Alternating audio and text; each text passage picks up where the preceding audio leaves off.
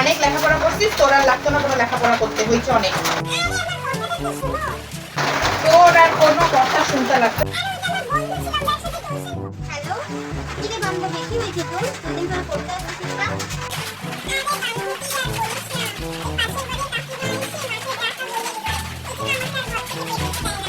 ওই শিলার মা নাকি? আরে বান্ধবী, ওই তো প্রেম করে ওর বয়ফ্রেন্ড আছে। দেখিস ওই ছেলেটা বাড়িতেও আসে, তুই একটু খেয়াল রাখিস, দেখবি একটা ছেলে বাড়িতে ঢুকে।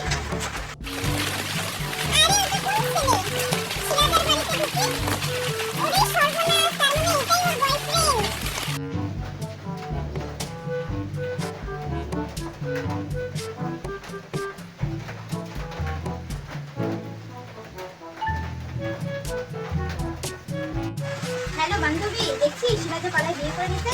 হোয়াটসঅ্যাপ খুল, তাড়াতাড়ি ফটো দেখ, ফটো দেখ।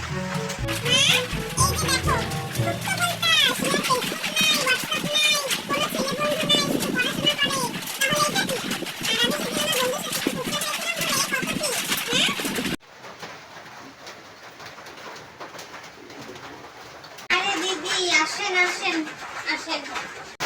কি দিদি, শুনলাম শিলা বলে বিয়ে করছে? আরে না দিদি, পালাই কেন করবে? ওটা তো আমরা বাড়ির থেকেই দিছি বিয়ে। তাই বলে বেকার ছেলের সাথে একসাথে বলে পড়াশোনা করতো, আবার নাকি বাড়িতেও আসতো? আরে দিদি, আমি ডাকতাম, পড়াশোনায় খুব ব্রিলিয়েন্ট তো ছেলেটা, একটুখানি পড়া বুঝিয়ে দেওয়ার জন্য।